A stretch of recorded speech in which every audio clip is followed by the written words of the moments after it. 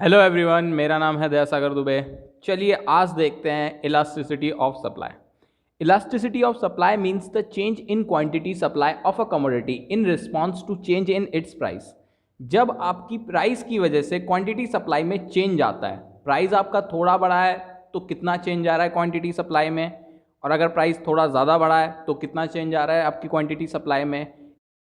इस प्रोसेस को हम इलास्टिसिटी ऑफ सप्लाई कहते हैं।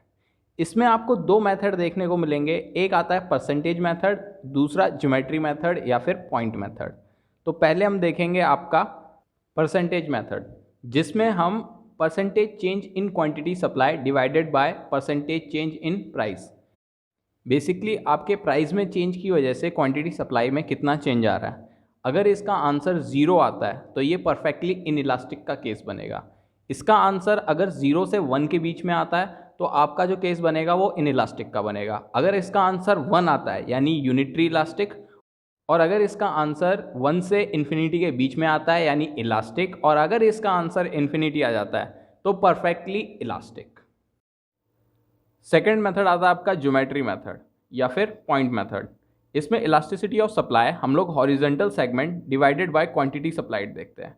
जो पहला केस है हमारा, वो हमारा आता है इलास्टिक का, या फिर आप कह सकते हो रिलेटिवली इलास्टिक। इसमें आपका जो हॉरिजेंटल सेगमेंट है वो यहाँ पॉइंट M से लेके Q0 तक है, और क्वांटिटी सप्लाइड 0 से लेके Q0 तक। इस केस में आपकी क्वांटिटी सप्लाइड कम है आपके हॉरिजेंटल सेगमेंट में, तो ये आपकी जो इलास्टिसिटी आएगी वो 1 से ज़्यादा आएगी, क्योंकि यहाँ पे डिनोमिनेटर कम है और आपका न्यूमरेटर ज़्यादा है।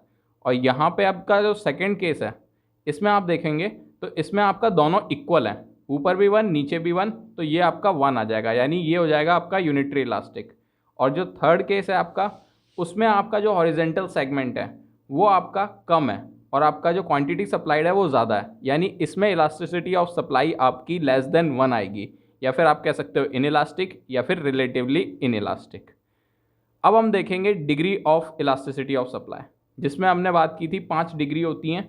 पहली होती है परफेक्टली इनइलास्टिक।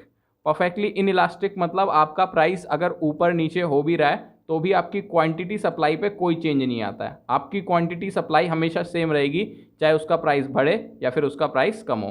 तो यहाँ पे प्राइस में चेंज आने पर भी क्वांटिटी सप्लाई में कोई चेंज नहीं आता है, इसको हम कहते हैं परफेक्टली इनइलास्टिक।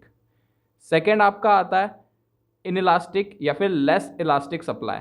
इसमें जो आपका प्राइस चेंज होता है उसके कंपैरिजन में आपकी क्वांटिटी सप्लाई काफ़ी कम चेंज होती है, यानी इसमें प्राइस में ज़्यादा चेंज होता है और क्वांटिटी सप्लाई में कम चेंज होता है। जैसे कि आप यहाँ देख सकते हैं, यहाँ डिफरेंस थोड़ा ज़्यादा है और यहाँ डिफरेंस थोड़ा कम है। तो change in price leads less change in quantity supply compare to price.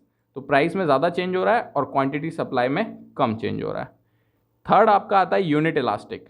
Unit elastic में आपका जितना परसेंटेज चेंज इन प्राइस है उतना ही परसेंटेज चेंज इन सप्लाई होता है। तो यहाँ आप देख सकते हैं जितना यहाँ डिफरेंस है उतना ही आपका यहाँ डिफरेंस है। तो यानी दोनों में जब इक्वल हो जाता है तब आपका यूनिटरी इलास्टिक आता है या फिर यूनिट इलास्टिक सप्लाई। तो change in price and quantity supply is same, तो दोनों सेम है, इसीलिए इसको यूनिट इलास्टिक सप्लाई बोला गया है। फोर्थ आपका आता है इलास्टिक सप्लाई या फिर more than unit elastic supply.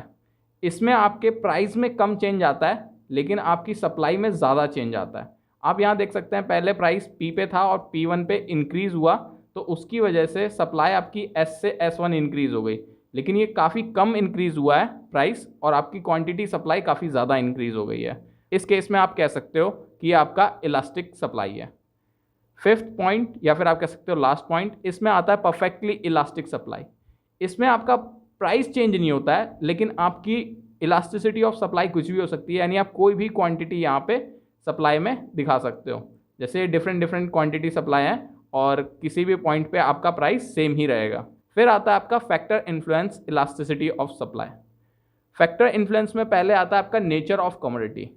आपका कमोडिटी का नेचर क्या है, क्या वो पेरिशेबल गुड है या ड्यूरेबल गुड है। अगर वो पेरिशेबल गुड है तो आप उसकी सप्लाई ज़्यादा देर तक रोक नहीं सकते, इसीलिए उसकी सप्लाई इनइलास्टिक हो जाएगी। लेकिन अगर वो ड्यूरेबल गुड है तो उसकी सप्लाई आप रोक सकते हो। जब उसके प्राइस बढ़ेंगे तब आप उसको ज़्यादा सेल करोगे और जब उसके प्राइस कम हो जाएंगे तो आप उसको होल्ड करके रख लोगे ताकि आपको लॉस ना हो। तो नेचर आपकी कमोडिटी का डिपेंड करता है कि वो किस तरीके की इलास्टिसिटी सप्लाई दिखाएगा, इलास्टिक या फिर इन इलास्टिक, ज़्यादा इलास्टिक होगी कम इन इलास्टिक होगी।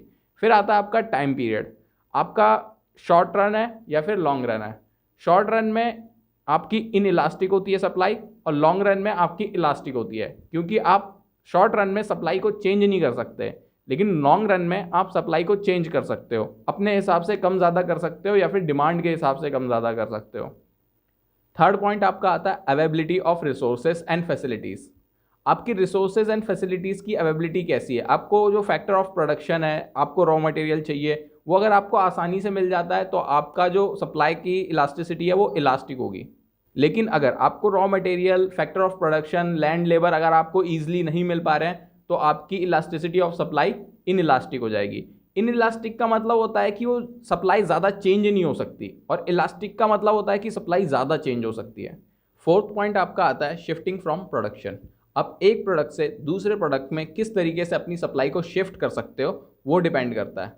अगर आप जल्दी शिफ्ट कर सकते हो दूसरे प्रोडक्ट्स पे तो आपकी सप्लाई इलास्टिक रहेगी। अगर आप दूसरे प्रोडक्ट्स को जल्दी मैन्युफैक्चर नहीं कर सकते या दूसरे प्रोडक्ट्स पे शिफ्ट नहीं कर सकते तो आपकी सप्लाई इनइलास्टिक होगी। Behaviour of the cost of production, अगर आपका कॉस्ट ऑफ प्रोडक्शन ज़्यादा आ रहा है तो कोई भी प्रोड्यूसर ज़्यादा सप्लाई नहीं करेगा, लेकिन अगर आपका कॉस्ट ऑफ प्रोडक्शन कम आ रहा है तो आप ज़्यादा सप्लाई करोगे। तो इससे अगर आप ज़्यादा सप्लाई कर रहे हो तो यानी आपकी सप्लाई इलास्टिक है, अगर आप कम सप्लाई कर रहे हो तो आपकी सप्लाई इनइलास्टिक है।